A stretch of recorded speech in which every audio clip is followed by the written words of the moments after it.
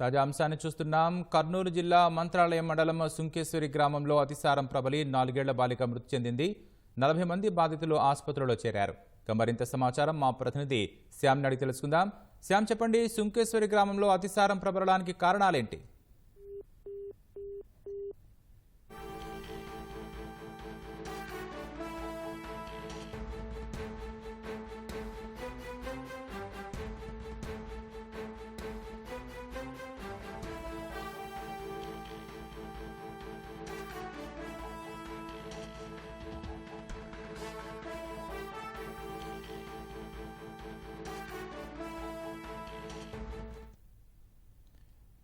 మరింత సమాచారం మా ప్రతినిధి శ్యామ్ అడిగి తెలుసుకుందాం. శ్యామ్, చెప్పండి, సుంకేశ్వరి గ్రామంలో అతిసారం ప్రబలడానికి కారణాలేంటి?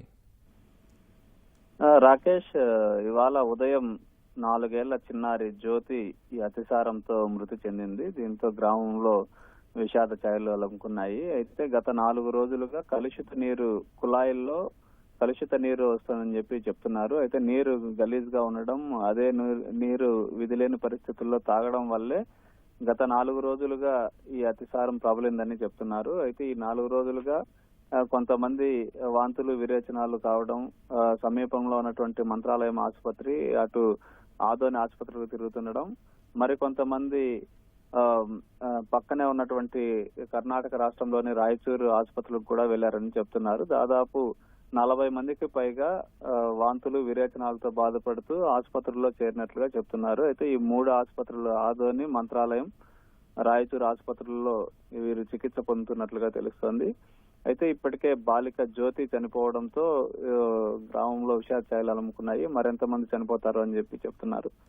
అయితే ఇప్పటి వరకు అధికారులు కానీ, లేకపోతే స్థానికంగా ఉన్నటువంటి అధికారులు కానీ ఎవరూ కూడా స్పందించడం లేదు. 4 రోజులుగా మొత్తం గ్రామంలో దాదాపు ప్రతి ఇంట్లోనూ అతిసారంతో బాధపడుతున్నా, వాంతులు విరేచనాలతో ఇబ్బందులు పడుతున్నా కూడా ఎవరు పట్టించుకోవడం లేదు. కనీసం గ్రామంలో అపరిశుభ్ర వాతావరణం నెలకొంది. తాగునీరు కూడా చాలా కలుషితంగా వస్తుంది.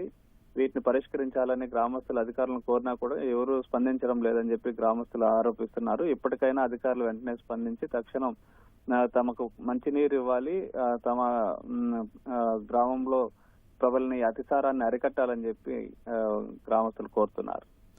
శ్యామ్, ఆసుపత్రిలో చేరిన బాధితుల పరిస్థితి ఎలా ఉంది? చాలా మంది, దాదాపు ఈ గ్రామానికి సమీపంలోనే ఆదోని ఉంటుంది. ఆదోనికి మరికొంతమంది అటువైపు కర్ణాటకలోని రాయచూరు ప్రాంతంలో, రాయచూరులో కొన్ని ఆసుపత్రుల్లో డబ్బులు పెట్టుకోగలిగిన వాళ్ళు ప్రైవేట్ ఆసుపత్రుల్లో జాయిన్ అయినారని చెప్తున్నారు. వీరు అంటే పరిస్థితి విషమంగా ఉండడంతోనే వీరు ప్రైవేట్ ఆసుపత్రుల్లో ఎంత డబ్బైనా పర్లేదు, ప్రాణాలు కాపాడుకోవాలని చేరినట్లుగా మనకు గ్రామస్తులు చెప్తున్నారు. అయితే వీరు 40 మంది కంటే ఎక్కువే ఉన్నారని చెప్తున్నారు. వీరి పరిస్థితి, ప్రైవేట్ ఆసుపత్రుల్లో ఉన్న వారి పరిస్థితి కొద్దిగా మెరుగ్గా ఉంది. ఈ ప్రభుత్వ ఆసుపత్రుల్లో, ఆదోని ప్రభుత్వ ఆసుపత్రిలో కూడా కొంతమంది చేరినట్లుగా మనకు చెప్తున్నారు. అయితే వీరి పరిస్థితి కొద్దిగా క్రిటికల్ గా ఉండడంతో ఆసుపత్రిలో చేరారు. అయితే ఇంకా కొద్దిగా పరిస్థితి మెరుగవుతుందని కూడా మనకు సమాచారం అందుతుంది. రాకేష్, ధన్యవాదాలు శ్యామ్.